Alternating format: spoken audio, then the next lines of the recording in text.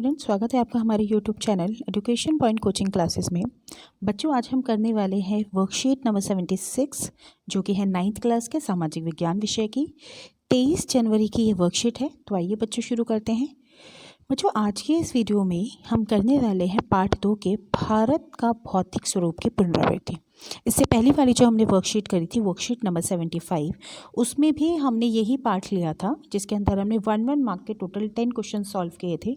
बच्चों, आज के वीडियो में 1 मार्क के टोटल 4 to 5 क्वेश्चन हैं, थोड़े से 3 to 5 वाले क्वेश्चंस भी हैं और एक पैराग्राफ बेस्ड क्वेश्चन भी है। तो आप ये कह सकते हैं कि प्रॉपर जितने भी टाइप्स के क्वेश्चंस बन सकते हैं वो सब है। तो बच्चों, आइए जानते हैं इन प्रश्नों के उत्तर। सबसे पहला क्वेश्चन है, दो आप क्या है। जिन बच्चों ने 75 वर्कशीट सॉल्व करी होगी वीडियो की हेल्प से, उनको पता होगा ऐसा प्रश्न पहले भी आया हुआ है। दो आप का आंसर हमने वहाँ भी किया था, यहाँ पे फिर से करते हैं। दो का अर्थ देखो, पहले अगर इसके हम विच्छेद करें तो 2 + आब, ठीक है। तो दो का अर्थ होता है दो, यानी कि संख्या में दो, तथा आब का अर्थ होता है जल, यानी कि पानी।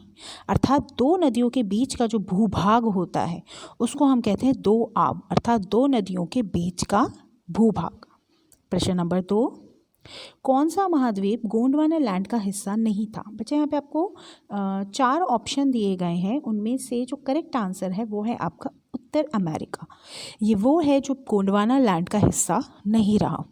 Now next third question, dash नदी भारतीय मरुस्थल की सबसे लंबी नदी है। तो बेटा, यहाँ पे आपको रिक्त स्थान में भरना है लूनी नदी। लूनी नदी वो नदी है जो भारत की मरुस्थल में सबसे बड़ी और एवं लंबी नदी है। क्वेश्चन नंबर 4, सही या गलत की पहचान करनी है। कवरत्ती लक्षद्वीप का प्रशासनिक मुख्यालय है। बच्चों, ये सही है। कवरत्ती जो है वो लक्षद्वीप का प्रशासनिक एडमिनिस्ट्रेटिव हेडक्वार्टर है। क्वेश्चन नंबर 5, उत्तरी सरकार क्या है। तो जो हमारा पूर्वी तटीय मैदान है उसका जो उत्तरी भाग है, पूर्वी तटीय मैदान हमारा ये वाला जो हिस्सा है भारत का, अगर मैं मैप में कहूँ तो ये वाला जो हिस्सा है, इसके जो उत्तरी भाग की जो सरकार है उसको हम कहते हैं उत्तरी सरकार।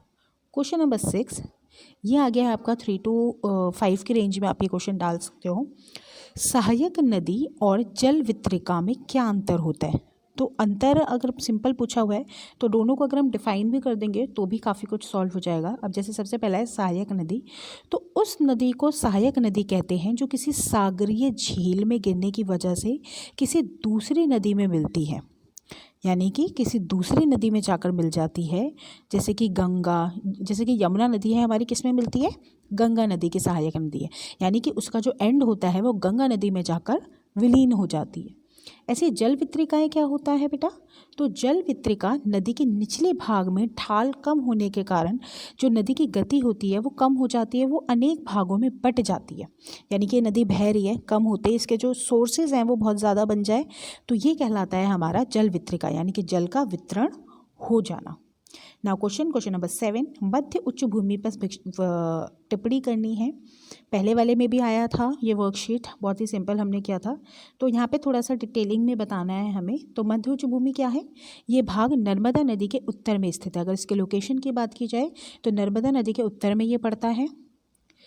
दूसरा, प्रायद्वीपीय पठार के उत्तरी भाग को मध्य उच्च भूमि कहते हैं। आपको हमने बताया था लास्ट क्लास में कि प्रायद्वीपीय पठार 2 भागों में बांटा जाता है, एक है दक्कन का पठार, एक है मध्य उच्च भूमि। तो ये कौन से भाग में पड़ता है, उत्तर में पड़ता है, वो दक्षिण में पड़ता है। यह भाग पश्चिम में चौड़ा तथा पूर्व में संकरा है। यह भाग कठोर आग्नेय तथा अवसादी शैलों से बना हुआ है। तो ये है मध्य उच्च भूमि के बारे में।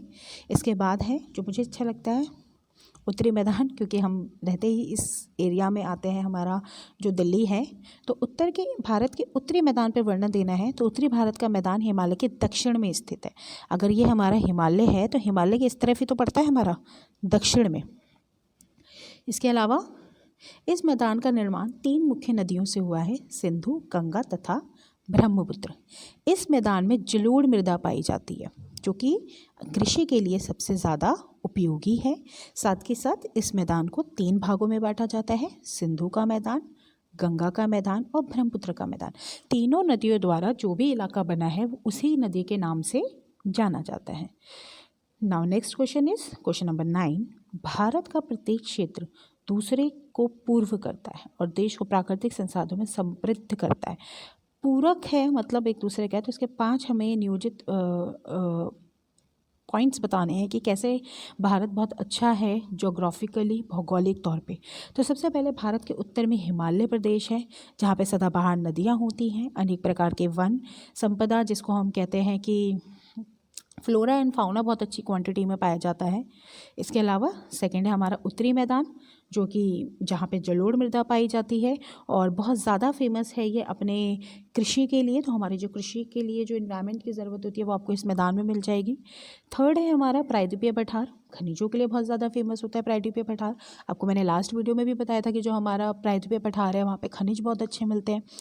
मरुस्थल में धात्विक खनिज बहुत अच्छी मात्रा में पाए जाते हैं। तो वहीं तटीय मैदान में अगर कृषि है और स्पेशली जो हमारा मछली पालन है वो बहुत ही ज़्यादा अच्छा पाया जाता है। तो ये पांचों ही फीचर्स बताते हैं कि भारत में जो हमारा भौगोलिक स्थिति है वो भारत के लिए काफ़ी अच्छी है और जो एक दूसरे की हेल्प करते हैं। बेटा अब जो हमारा 10th क्वेश्चन है वो स्रोत आधारित है, पैराग्राफ में से ही मैंने आंसर छाटे हैं। पढ़ लेते हैं। पहला क्वेश्चन क्या है? मुंबई और गोवा के तटीय भाग को किस नाम से जाना जाता है? कोंकण तट। क्या नाम है? कोंकण तट। क्वेश्चन नंबर 2, भारत के 2 समुद्रित और तटीय मैदान का नाम बताइए। तो पश्चिमी तटीय मैदान और पूर्वी तटीय मैदान। ये हमारा अगर भारत है नीचे की तरफ से, तो इस तरफ जो होता है वो पूर्वी तट होता है, इस तरफ होता है पश्चिमी तट। क्वेश्चन नंबर 3, कोई 2 नदियों जो डेल्टा बनाती है उनके नाम लिखिए। तो गोदावरी और कृष्णा। डेल्टा क्या होता है? नदी जब बह रही होती है और जब वो समुद्र में मिलती है तो वो उस जगह की मिट्टी को काट देती है और उसका जो मुख होता है वो चौड़ा हो जाता है, इसको हम कहते हैं delta. Now next question number 4, समुद्र तटीय मैदानों का कोई एक आर्थिक लाभ बताइए। तो उपजाऊ जल एवं मिट्टी मिलती है और कृषि के लिए बहुत ज़्यादा ये फेमस होता है। आई थिंक कृषि सबसे बेस्ट एग्जांपल है तटीय मैदानों का, जो जिससे हमें लाभ प्राप्त होता है। बच्चों आशा करती हूँ कि आज के जितने भी प्रश्न हैं आपको समझ आए होंगे। बहुत ही आसान प्रश्न थे और मैंने कोशिश करी है कि मैं टू द पॉइंट आपको आंसर दूँ। तो ठीक है बच्चों, पढ़ाई जारी रखिए, मिलते हैं नेक्स्ट क्लास में।